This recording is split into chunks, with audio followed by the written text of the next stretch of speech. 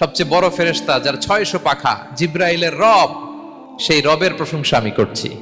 তিনি সুব্বুহ, তিনি কুদ্দুস, তিনি মহাপবিত্র, the most pure, the most high.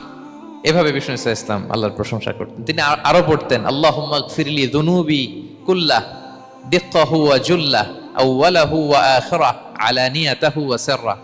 আল্লাহ, আপনি আমার গুনাহ মাফ করেন, ছোট গুনাহ, বড় গুনাহ, প্রকাশ্য গুনাহ, গোপন গুনাহ, ইচ্ছায় করেছে যে গুনাহ, অনিচ্ছায় করেছে যে গুনাহ, আল্লাহ সব গুনাহ আপনি মাফ করে দেন। সিজদায় লুটিয়ে পড়ে বিষ্ণু ইসলাম এই দোয়াগুলো পড়তেন। তো এখন থেকে সিজদায় এই দোয়াগুলো, লম্বা চূড়া দোয়া আপনারা করবেন তো। বান্দা যখন সিজদায় লুটিয়ে পড়ে আল্লাহর সবচেয়ে কাছে চলে যায়। এবং তোমরা বেশি বেশি দোয়া করো। একজন ব্যক্তি তার বন্ধুকে এতটুকু বলেছিল যে আল্লাহ তোকে কোনোদিন মাফ করবে না, আল্লাহ তোকে কোনোদিন মাফ করবে না। এরকম কথা কিন্তু আমরা অনেকে বলে ফেলি। আল্লাহ পাক মৌতের পরে এই দুই ব্যক্তিকেই ডাকবেন, কিয়ামতের মাঠে ডাকবেন। এটা বারজাকে হয়েছে। বলবেন, আমার রহমত নিয়ে কথা বলার ইখতিয়ার তোমাকে কে দিয়েছে? আমি কাকে মাফ করব, কাকে করব না, এই কথা বলার ইখতিয়ার তোমাকে কে দিয়েছে?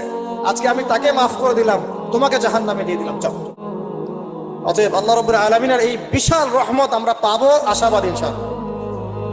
এই কারণে আমাদের প্রথম যে বিষয়টা ফোকাস করতে হবে, আল্লাহ রহমত পেতে হলে আমাদের অবশ্যই বস্তুবাদিতা ত্যাগ করতে হবে। আল্লাহ পাক দুনিয়া পছন্দ করেন না। দুনিয়ার মোহে যারা ডুবে থাকে আল্লাহ এদেরকে পছন্দ করেন। দুনিয়া প্রয়োজন, যতটুকু আমার দরকার আমি করব, যতটুকু প্রয়োজন নাই এই বিষয়টা আমি পেতেই হবে। চাই চাই আরো চাই, হ্যাঁ, দুহাতে চাপাও হাত পেতে নাও, ঋণ করে ঘি খাও, এইসব দর্শনের ধার ধারবো না।